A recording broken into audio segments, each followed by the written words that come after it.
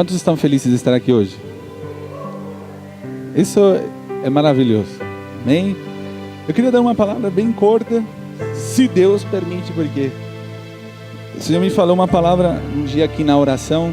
Eu quero que você saiba uma coisa: na oração Deus sempre fala algo diferente, algo fresco, algo que o Senhor está dando. Antes de começar, Manu, o Senhor está começando um novo tempo na tua vida. Eu vejo, o Senhor me mostrou você agora, de hoje na frente, você vai ser outra pessoa. Quem vai perceber é você mesmo. Às vezes a gente fica passando os dias e as pessoas começam a falar: olha como você mudou. A gente nunca percebe.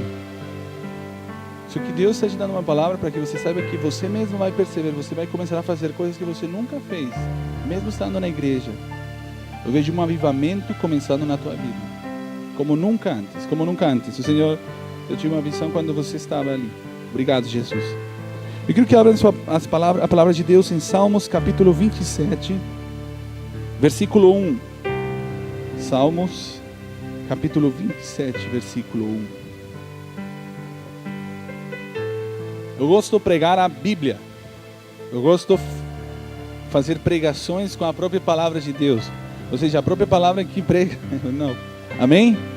Olha o que diz: o Senhor é a minha luz e a minha salvação. Quantos acreditam nisso? A quem temerei? O Senhor é a força da minha vida.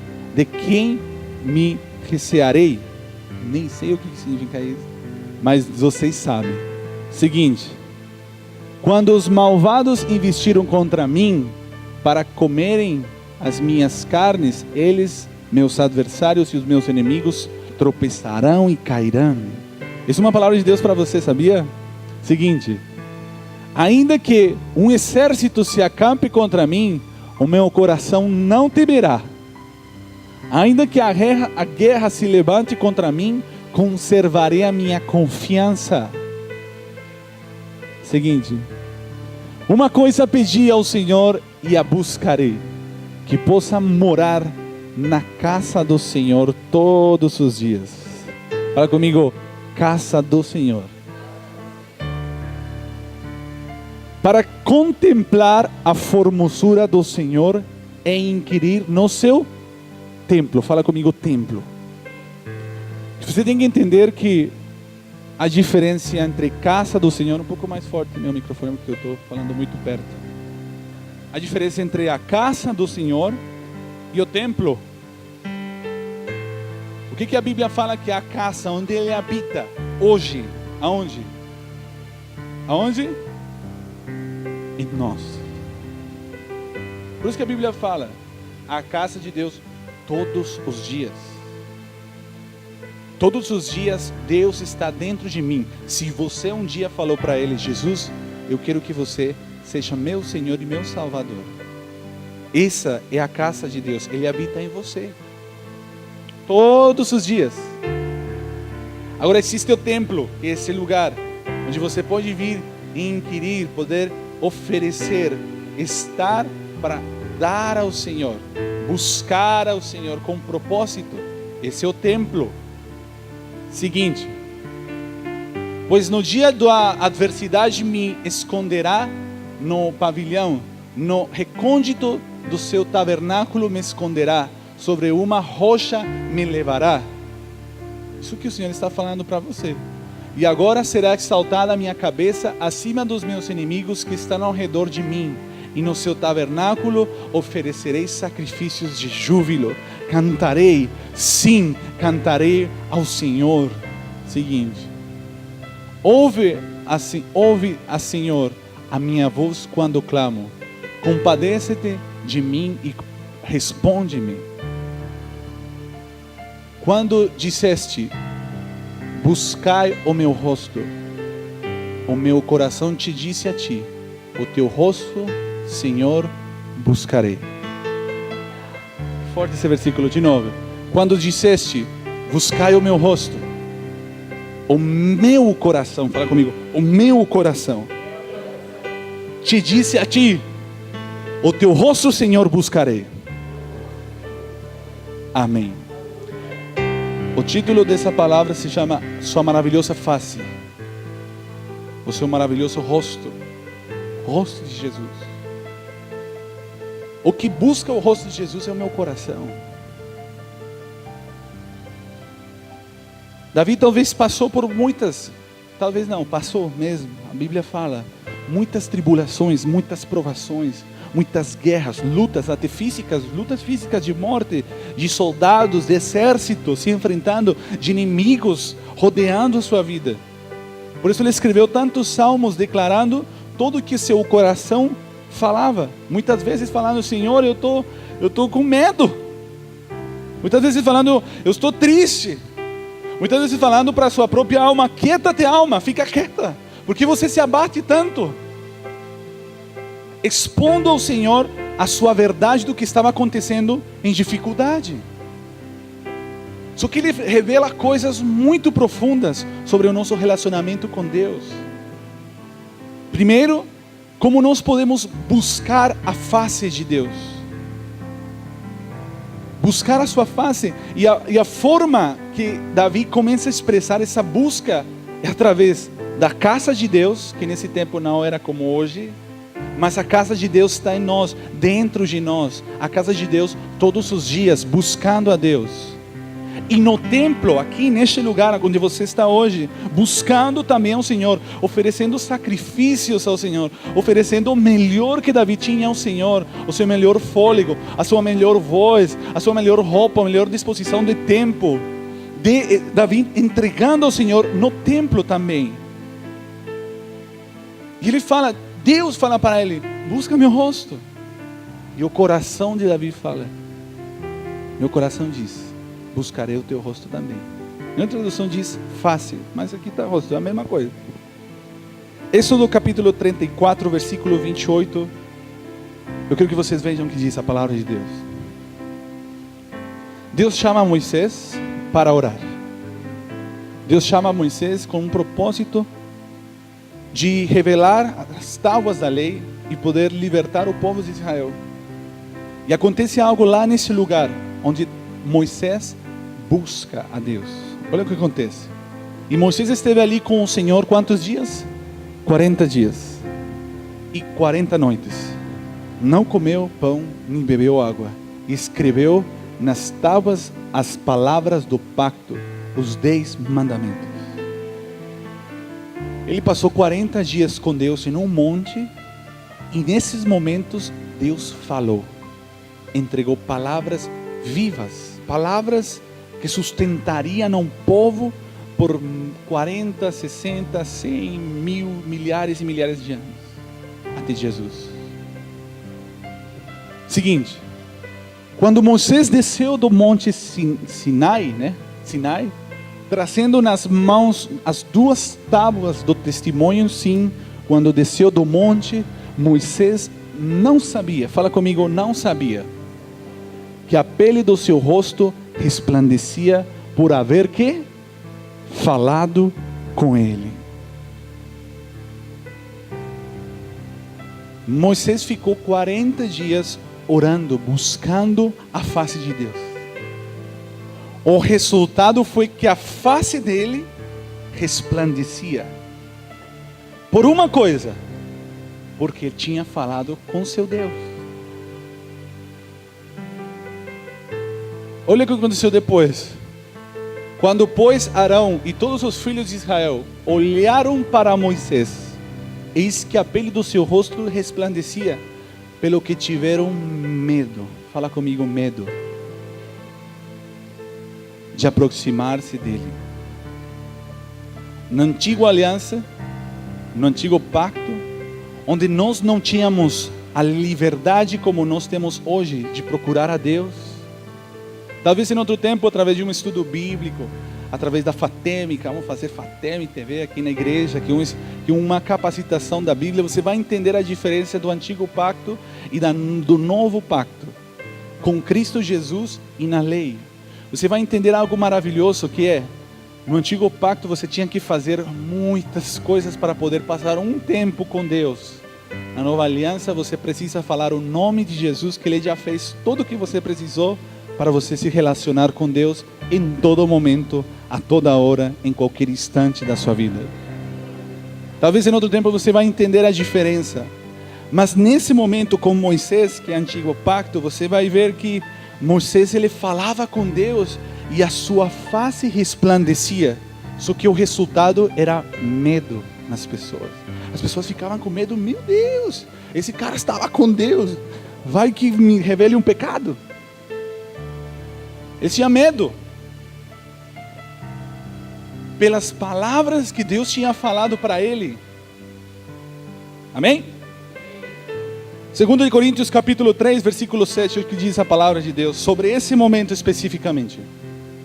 Ora, se o ministério da morte, gravado com letras em pedras, era o que Moisés tinha feito, veio em glória, porque a Bíblia fala que quando Moisés subiu no monte, havia uma nuvem gigante que acompanhava ele, que estava lá. E ele entrou nessa nuvem e as pessoas ficavam olhando. Meu Deus, eu acho que esse cara vai morrer. Ficou 40 dias, voltou a sair e resplandecia. Acho que as pessoas falavam, mas esse cara é semideus, alguma coisa assim. Eles tinham medo. Porque a lei sempre expulsa o pecado das pessoas. Essas palavras sempre colocavam em exposição o pecado. E o pecado, ele traz morte.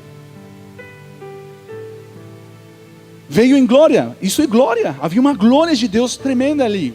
De maneira que os filhos de Israel não podiam fixar os olhos no rosto de Moisés, por causa da glória do seu rosto, a qual se estava desvanecendo. Fala comigo, desvanecendo. Ou seja, ela não durava. Seguinte, como não será de maior glória o ministério do Espírito? Porque se o ministério da condenação tinha glória, muito mais se excede em glória o ministério da justiça. Eu já expliquei um pouco sobre a justiça. Pois na verdade o que foi feito glorioso não é em comparação com a glória inexcedível.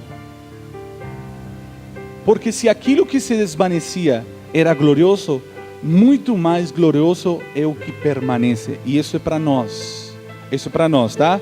Permanecer. Seguinte, tendo pois tal esperança, usamos de muita ousadia no falar, e não somos como Moisés. Fala comigo, não somos como Moisés. Moisés não é mais a nossa referência. Nós vamos ver quem que é. Que trazia um véu sobre o seu rosto, para que os filhos de Israel, para os filhos de Israel desvanecia. Israel. Seguinte, mas o entendimento deles ficou endurecido, pois até o dia de hoje a leitura do velho pacto permanece o mesmo véu, não lhes sendo revelado que em Cristo, fala comigo, em Cristo é abolido. Seguinte, sim, até o dia de hoje, sempre que Moisés é lido, um véu está posto sobre os corações deles. Seguinte, contudo, convertendo-se um deles ao Senhor, ele é tirado o véu. Ora, o Senhor é o Espírito, e onde o Espírito do Senhor está, há aí a liberdade. Seguinte, nós temos que entender que há muitas coisas que acontecem nas nossas vidas que parece que há um véu sobre nós e a gente não consegue enxergar a profundidade ou a magnitude daquilo que está acontecendo. Há um trabalho maravilhoso, há uma ação de Deus através do Espírito Santo que está conosco, que é nos revelar a Cristo. Se nós lermos Moisés e o que Moisés fazia, nós vamos resplandecer, mas isso vai desvanecer. Se nós olharmos a Cristo Jesus, nós vamos a resplandecer, mas isso vai permanecer para sempre. Nunca acabará. O Espírito Santo é a pessoa que nós precisamos para que você possa ler a Bíblia e você poder falar: ah, eu estou entendendo. Agora entendi por que Deus Pai manda matar o seu filho. Parece estranho quando a gente não tem a revelação do Espírito Santo. Isso era uma coisa que me deixava louco da cabeça quando era do mundo. Como que um pai manda matar seu filho? Não tem loucura, não tem lógica. Esse Deus é estranho. Só que à medida que nós nos aprofundamos no relacionamento para buscar a face de Deus, a revelação, parece que algo cai e você consegue entender. É por amor que o nosso Pai entregou seu Filho, para que o sofrimento do seu Filho se transformasse na minha vida, vida em abundância, salvação, cura, libertação, liberdade de viver uma vida escravo às coisas do mundo. Por isso que Deus Pai enviou seu Filho, porque você não podia nunca pagar por aquilo que você faz ou fez errado, mas Jesus Cristo, que não teve erro algum, se entregou pelo seu erro. Isso é a obra maravilhosa de Cristo Jesus. Se nós olharmos cada vez mais para Jesus, a sua face, fala comigo, a minha face resplandecerá para sempre. Olha o que diz essa palavra aqui, versículo 18. Mas todos nós, com cara, rosto descoberta, refletindo, fala comigo, refletindo, como espelho. Aí onde está o segredo. Você reflete a pessoa que você enxerga de frente como espelho.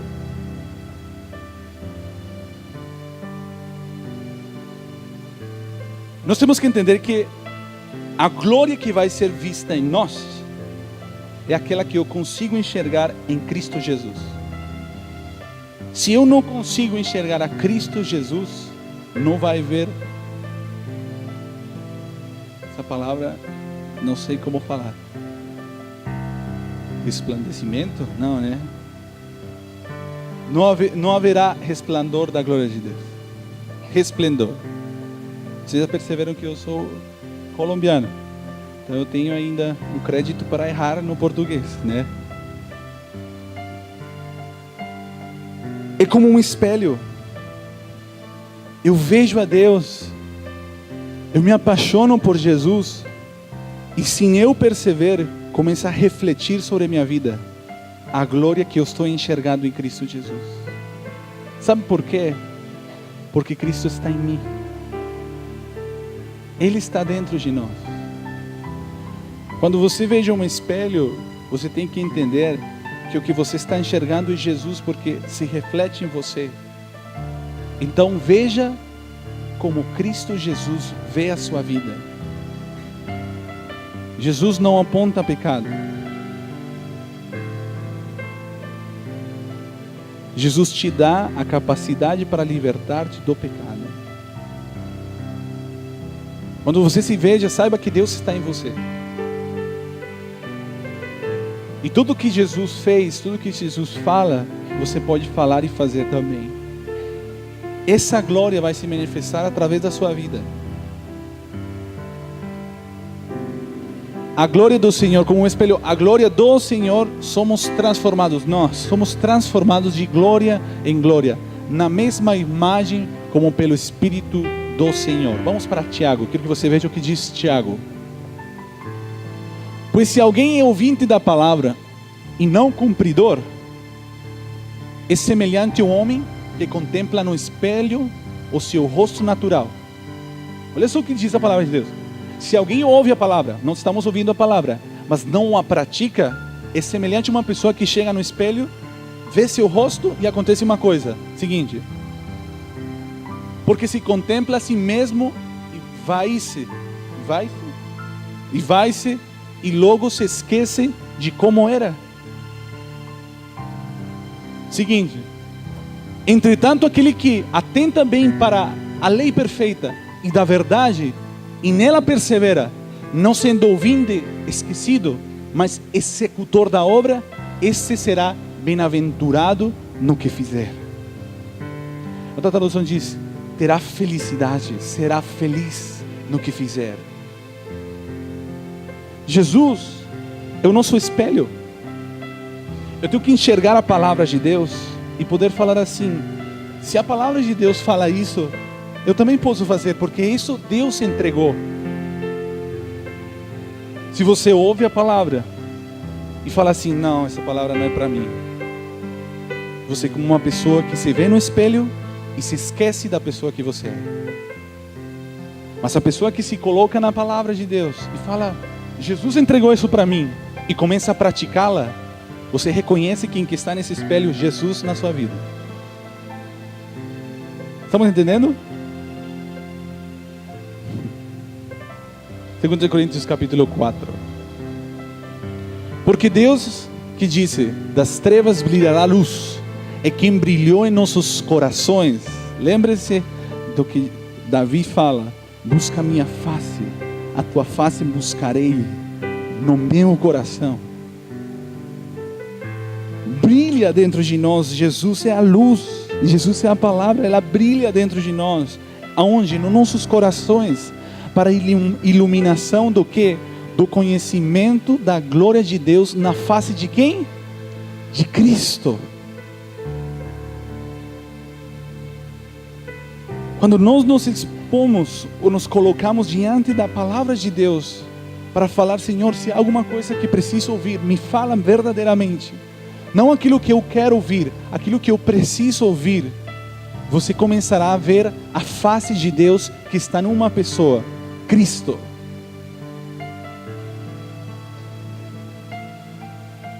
Jesus não tinha vindo antes. Moisés não conseguiu ver Jesus.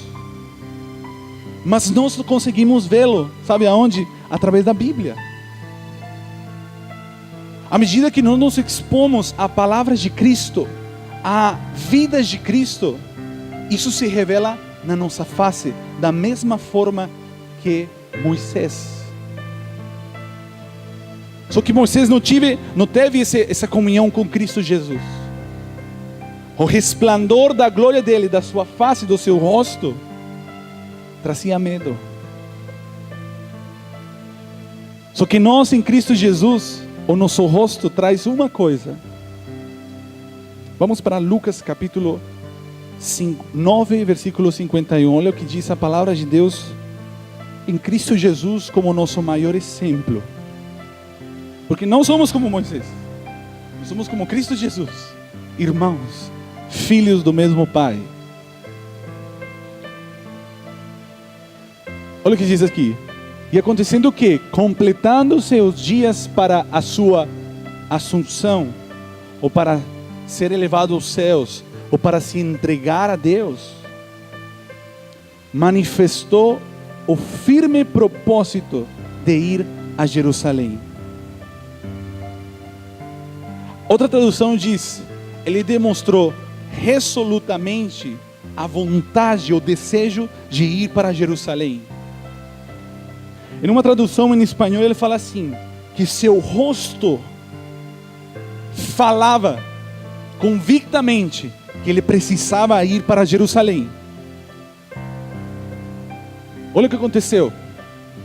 Seguinte: enviou, pois, mensageiros adiante de si, indo eles, entraram numa aldeia de samaritanos para lhes prepararem pousada. Seguinte: mas não o receberam, porque viajava em direção a Jerusalém. Essa palavra eu queria aerecer. Eu queria que vocês pudessem enxergar. Tu tem ali? Não. Eu queria que vocês possam ver essa tradução especificamente.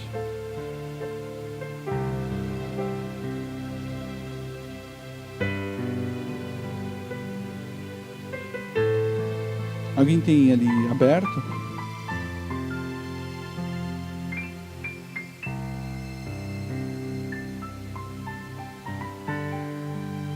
Lucas capítulo 9, versículo 53.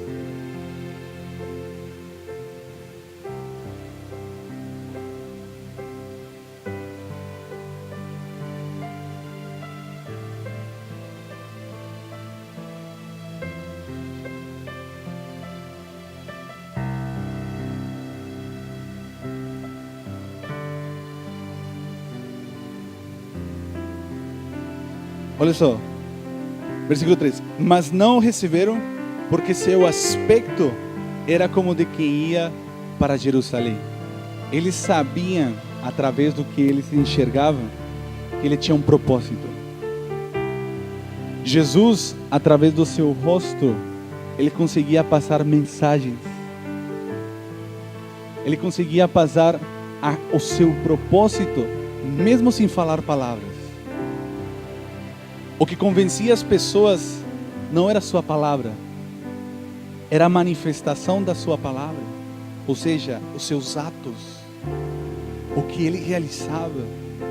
Eles conseguiam enxergar. Tem uma palavra que diz: não perca de vista as minhas palavras. Como que as palavras você perde? Perdão, como que diz? Não perca de vista as minhas palavras. As palavras você ouve. Você não pode ver uma palavra. Agora, manifestar essa palavra você consegue enxergar. E Jesus Cristo, ele manifestou essa palavra. Jesus, ele tinha recebido uma ordem do seu Pai: você vai morrer, você vai se entregar pelos teus irmãos. A morte que representa na tua vida vai se transformar em vida. Ele tinha recebido isso dentro dele. E o seu rosto, por ter falado com seu Pai, resplandecia, fazendo uma coisa: não trazendo medo, não trazendo talvez acusação, não trazendo talvez uma exaltação de algum pecado. O seu rosto, ele dá uma mensagem de convencimento. Ele convencia as pessoas de que ele ia morrer sim por causa dele. Mesmo sem falar uma palavra, o seu rosto resplandecia falando: eu vou para Jerusalém, eu estou indo para Jerusalém, esse é meu propósito, isso que eu recebi do meu Pai, isso eu vou fazer. As pessoas simplesmente vinham e falavam: ele está indo para Jerusalém. Não temiam. Eu quero que você entenda isso, meu irmão, porque esse é o nosso exemplo. Esse é o nosso exemplo. Deus vai te falar muito, muito, muito. As pessoas saberão as palavras que estão na tua vida, não por aquilo que você fala, por aquilo que você demonstra com a tua face. A questão é que palavras nós ouvimos. Vamos ouvir e ver a palavra feita carne, Cristo Jesus. O nosso espelho é Jesus. Tudo que você precisa para ser liberto é Jesus. Veja Ele, ouça Ele. As pessoas vão enxergar para você e vão ver a mesma face de Cristo na tua vida. Amém? Quero terminar com uma palavra que diz assim: e como aos homens está ordenado morrerem uma só vez, vindo depois o juízo, assim também Cristo, oferecendo-se uma só vez para levar os pecados de muitos, aparecerá segunda vez, sem pecado, aos que esperam para salvação. Em outra tradução diz assim: na antiguidade, o homem entrava no tabernáculo e ele oferecia muitos tipos de sacrifícios, muitas vezes, para que se perdoasse o pecado de muitos. E Moisés, ele por causa de Deus, pela sua misericórdia, ele viu um tabernáculo celestial e ele copiou e trouxe para a terra. E ele ofereceu vários sacrifícios a Deus para perdão. Só que a Bíblia fala que nesse tabernáculo do céu, Jesus Cristo, ele entra e se oferece uma só vez para sempre. Uma vez. Sabe por quê? Porque nele não havia pecado. Aquele que acredita nesse Jesus Cristo recebe o quê? Salvação. Isso é palavra de Deus para nós. Eu quero terminar falando se alguém daqui talvez nunca reconheceu esse Jesus se apresentando ao seu Pai e se oferecendo como sacrifício para te perdoar dos teus pecados. Se você não acredita que você pode ser salvo, hoje você tem a oportunidade de poder reconhecer Jesus. Você se entregou por mim e eu quero que as pessoas vejam a tua face em mim. Eu preciso ser salvo. Se alguém daqui, eu vou fazer uma pergunta. Se você morrer agora, você sabe para onde vai? Você sabe qual é o teu destino eterno se você morrer agora? Eu quero que todos fechem seus olhos e pense um pouco nisso.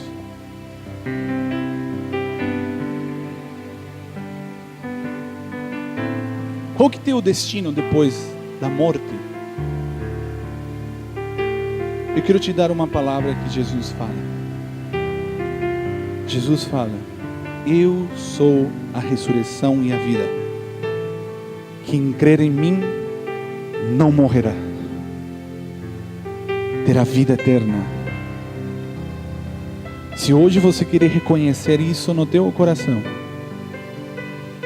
eu quero que você faça uma oração comigo, de coração, porque a Bíblia fala que é de coração, não é obrigatório, é de coração crendo. Eu quero que toda a igreja nos acompanhe.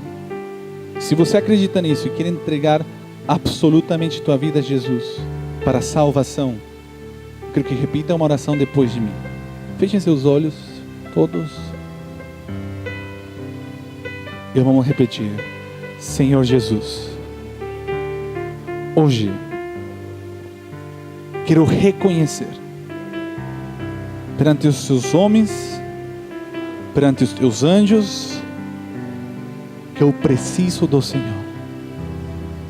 Eu reconheço que sou pecador, mas o teu sangue derramado uma vez por mim me limpa de todos os meus pecados. Eu te peço perdão, Senhor, porque não acreditava que só o Senhor pode me dar salvação. Eu entrego minha vida a Ti, Jesus. Eu quero ser Teu servo.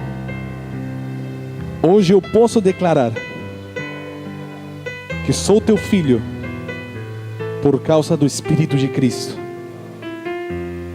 Obrigado, Pai, porque sei que se eu morrer hoje, eu estarei diante de Ti, Senhor. Tu és a minha vida. Eu não morrerei, eu viverei eternamente. Amém. Amém. Glória a Deus. Um forte aplauso a Jesus.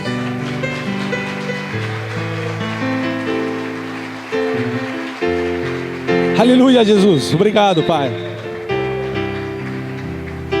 Eu só quero fazer uma pergunta. Se alguém daqui fez essa oração pela primeira vez, levanta a mão. Quero saber quem fez essa oração pela primeira vez. 2, 3, 4, 5 pessoas, 6, 7 pessoas. Eu quero que vocês, por favor, se coloquem em pé e venham aqui na frente. Nós queremos dar um presente para vocês, tá? Podem vir aqui na frente. Não se preocupem, não sejam constrangidos.